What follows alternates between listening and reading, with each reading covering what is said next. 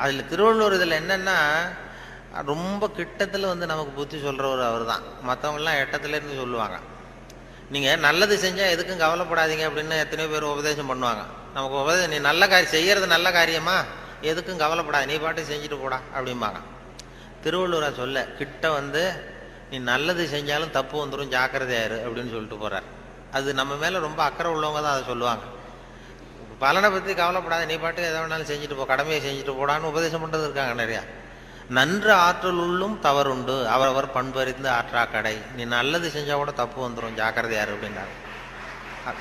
அது நம்ம பேரில் அக்கறை, அவ்வளவு அக்கறை உள்ளவங்க தான் அதை சொல்ல முடியும்.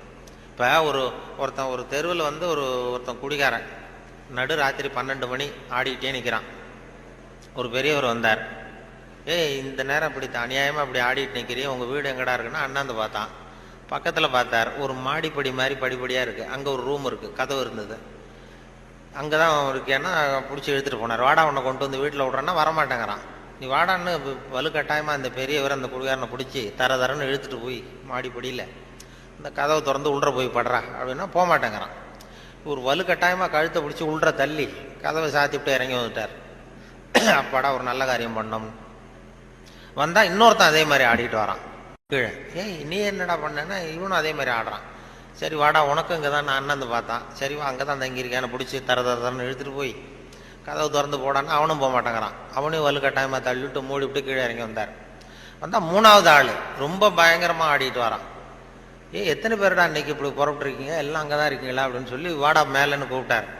நான் வரமாட்டேன்னு கத்தனான். அதெல்லாம் முடியாது, ஒன்று அங்கே விட்டுட்டு தான் போவேன்னு அவர் என்ன பெரியவர் இழுக்கிறார்.